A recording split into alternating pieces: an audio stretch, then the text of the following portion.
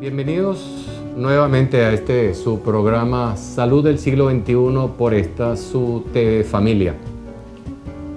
Familia, vamos a hablar hoy sobre piedras. Vamos a hablar de la cantera que nuestro cuerpo es capaz de producir en alguna de sus tuberías. Eso se llama litiasis en medicina. Se le puede decir piedra o se le puede decir cálculos. Cálculos es posiblemente el término más normal de usar, más frecuente, el que más se oye por ahí. Lo cierto es que algunas partes de nuestro cuerpo los pueden producir. Y voy a empezar quizás por los menos populares, por los que con menos frecuencia se producen, y los hacen justamente las glándulas salivales.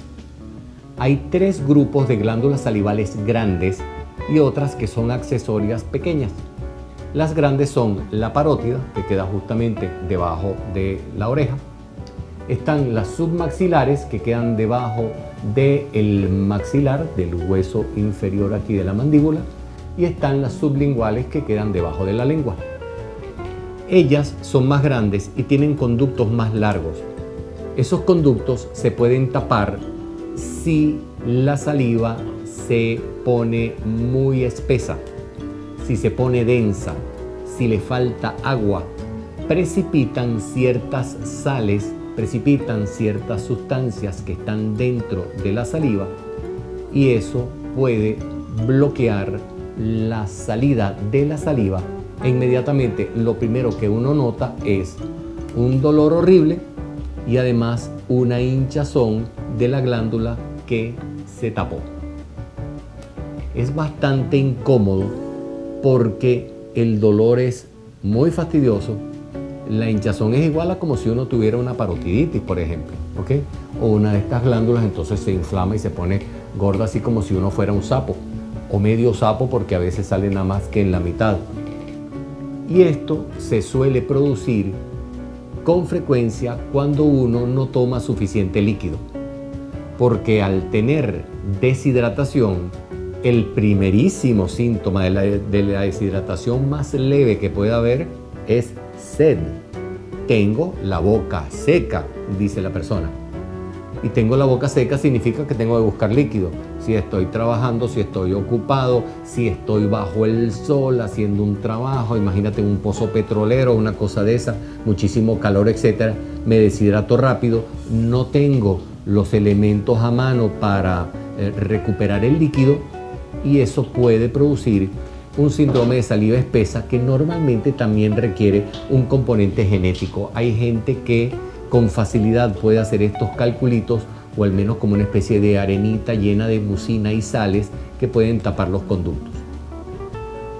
Una de las pruebas muy sencillas que uno puede hacer para si de repente uno tiene una hinchada súbita de una de las glándulas salivales es ponerse un poco de limón en la boca, porque inmediatamente en lo que el limón lo pone en la boca, el instinto, vamos a decir, de la glándula es a hacer como si estuvieran exprimiendo una naranja, y se exprime la glándula a sí misma tratando de botar saliva para justamente neutralizar un poco el ácido fuerte del limón.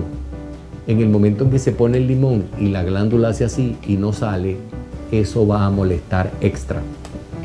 Y es una fórmula de saber rápidamente si tengo un cálculo.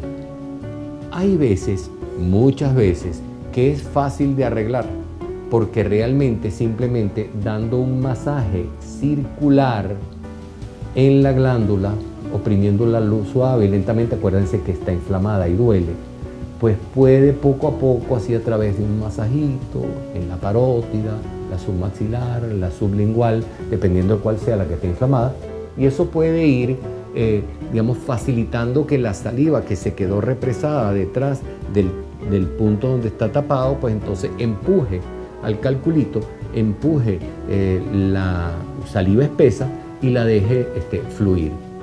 Si eso no ocurre, habría que ir o al odontólogo o al especialista en cabeza y cuello, porque ellos pueden hacer lo necesario para drenar el cálculo, la arenita, que no es arenita, sino lo digo así como para que se entienda, la saliva esa espesa que no está dejando pasar adecuadamente la saliva. Si no lo hacemos, el problema es que la boca tiene muchas bacterias.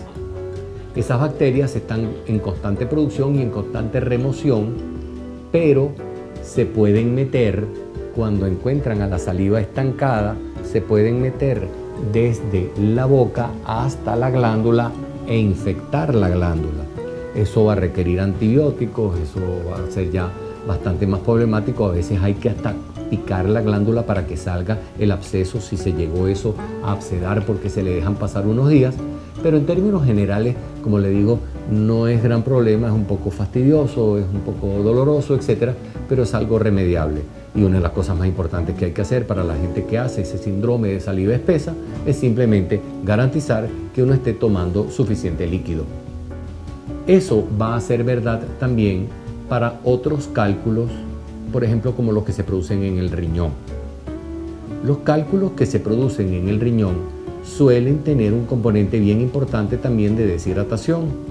La orina es un líquido que contiene elementos adentro.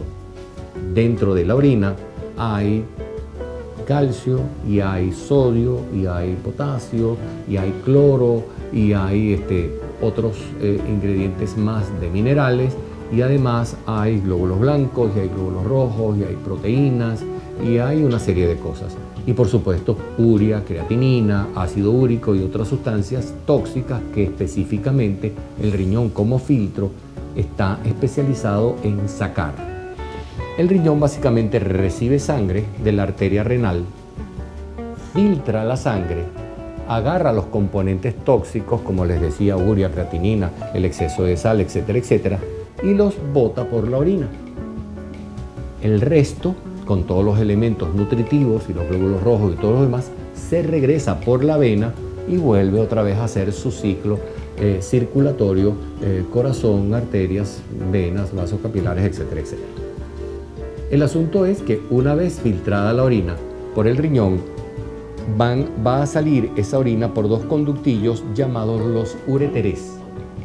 Los uréteres son como unos espaguetis huecos, como unos macarrones más bien, pero más delgaditos, huecos que van a ir hasta la vejiga urinaria, que es simplemente un reservorio de orina que se va llenando y llenando y llenando y llenando y llenando, y cuando está llena, toca la puerta y dice: tengo ganas de ir al baño. Y entonces uno va y orina y la vejiga se vuelve otra vez a poner libre de líquido, hasta que otra vez el riñón, gotita a gotita, la vuelve a llenar y es el momento para la nueva micción. En ese trayecto puede formarse un cálculo desde la salida del riñón hasta la salida de la uretra, que es justamente la parte final donde está el orificio que se llama el meato urinario. De eso vamos a hablar un poco más en un momento. No se retiren, ya volvemos.